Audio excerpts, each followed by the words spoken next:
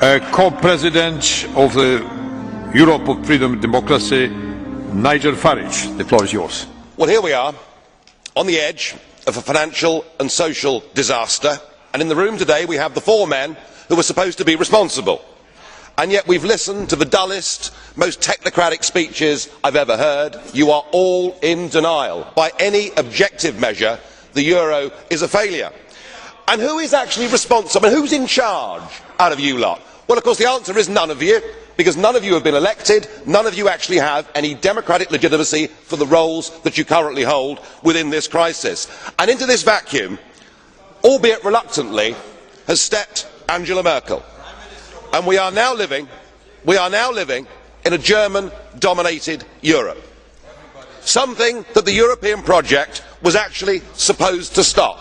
Something that those that went before us actually paid a heavy price in blood to prevent.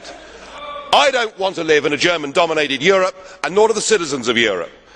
But you guys have played a role, because when Mr Papandreou got up and used the word referendum, or Mr Rehn, you described it as a breach of confidence, and your friends here got together like a pack of hyenas, rounded on Papandreou, had him removed and replaced by a puppet government. What an absolutely disgusting spectacle that was. And not satisfied with that, you decided that Berlusconi had to go.